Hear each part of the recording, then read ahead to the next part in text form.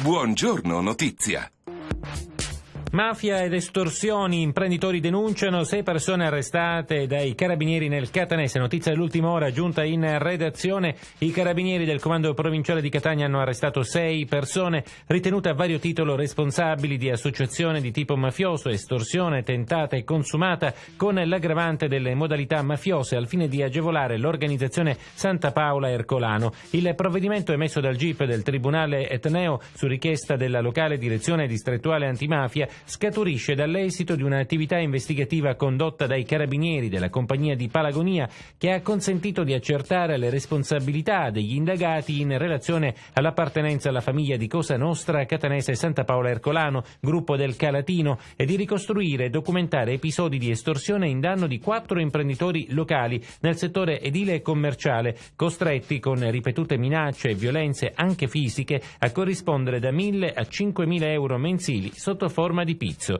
I dettagli dell'operazione saranno resi noti nel corso di una conferenza stampa in programma questa mattina presso il comando provinciale dei Carabinieri di Catania in piazza Giovanni Verga alle ore 11.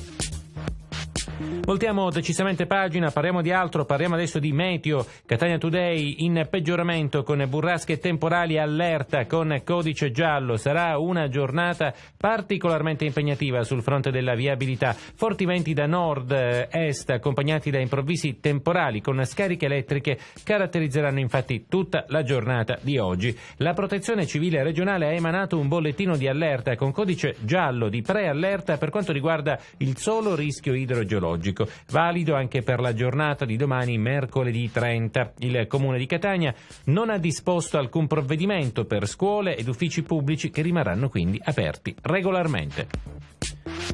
E intanto, a proposito di maltempo, Siracusa News si sofferma su un altro aspetto particolare, perché a distanza di una settimana ancora una volta una tromba d'aria al largo di Siracusa. Ieri mattina il vortice si è sviluppato all'interno della rada di Augusta. Le immagini fotografiche e video inviate dai lettori di Siracusa News mostrano l'energia dell'aria che si è scagliata in mare alzando una colonna d'acqua. È il secondo fenomeno simile dopo quello registrato al largo di Ortigia. Stavolta è stato seguito con particolare attenzione anche per la presenza della zona industriale. Siracusa News, accanto a questa notizia, pubblica anche un eloquente video che mostra appunto alcuni secondi di questa tromba d'aria e dei movimenti compiuti.